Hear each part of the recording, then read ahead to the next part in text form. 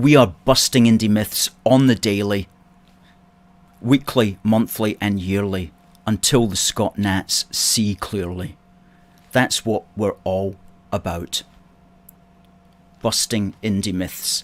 And in this Busting Indy Myths part 14, we're going to examine the oft-heard myth that the SNP has a mandate for a second referendum, and if you don't agree with that, then you're undemocratic, and if you want to stop a second referendum, then you're anti-democratic. In other words, that it's undemocratic and anti-democratic to oppose a second referendum. We're going to be looking at that. And we say, in opposition to that, we have a democratic mandate not to have a second ref. Now, why is it important to look at this? It's important to look at it because the SNP has a strategy now of deliberately calling people who don't want a second referendum anti-democratic.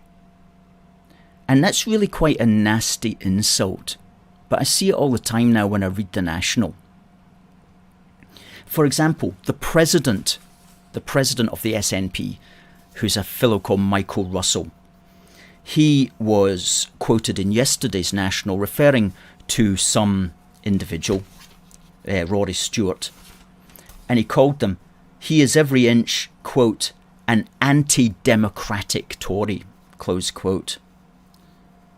Well, of course, he's always got to get the wee Tory insult in there as he sees it, but an anti-democratic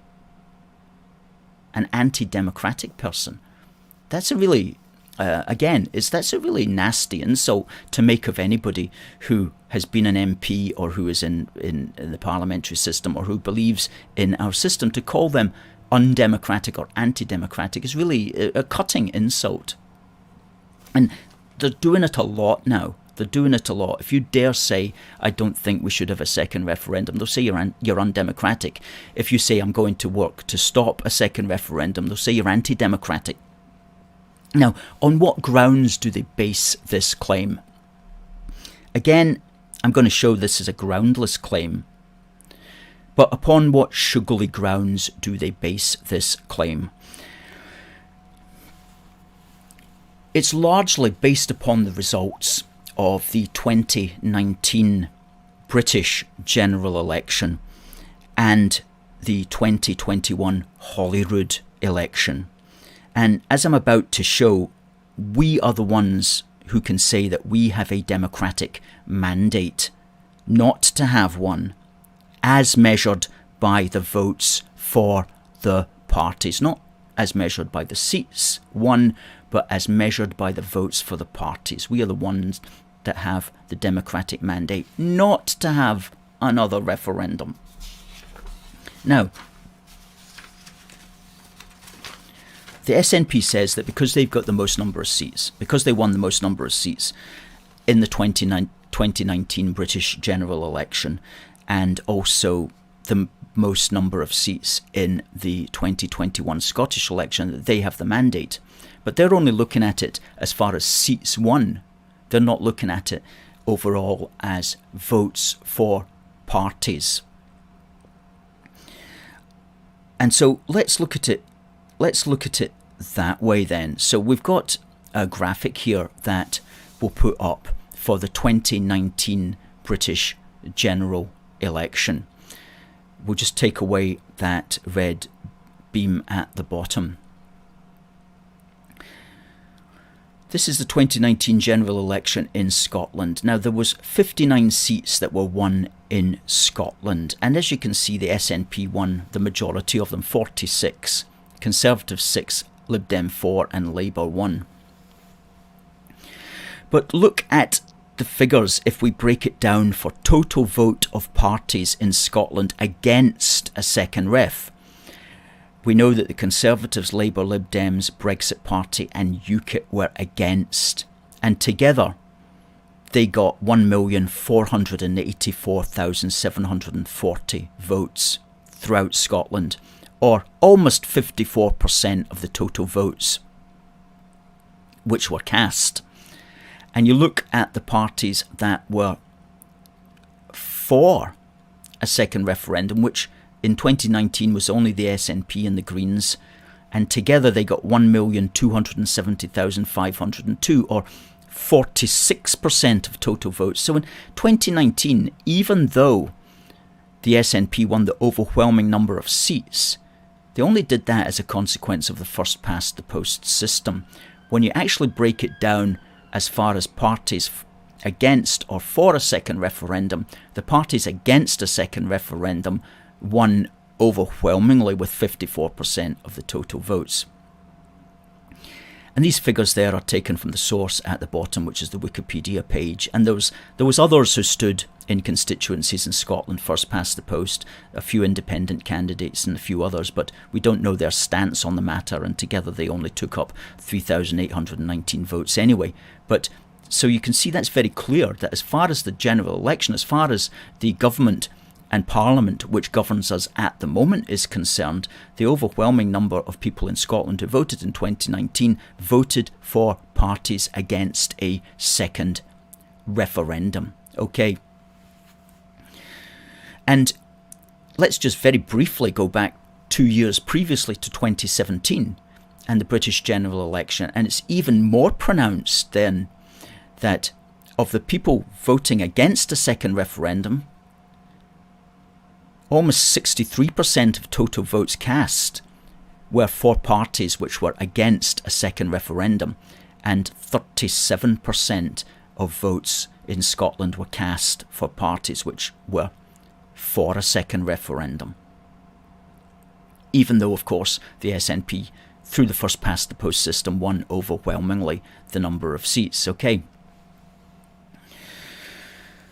Now, let's go to the 2021 Holyrood election. And this is, you've got to remember, of course, this is the constituency vote, because you get two votes. You get your constituency vote and you get your regional vote. We're only looking here at the constituency seats to make our particular point. But of the 73 constituency seats, the SNP won 62 of them, Conservatives 5, Labour 2 and Lib Dems 4. But look at the votes.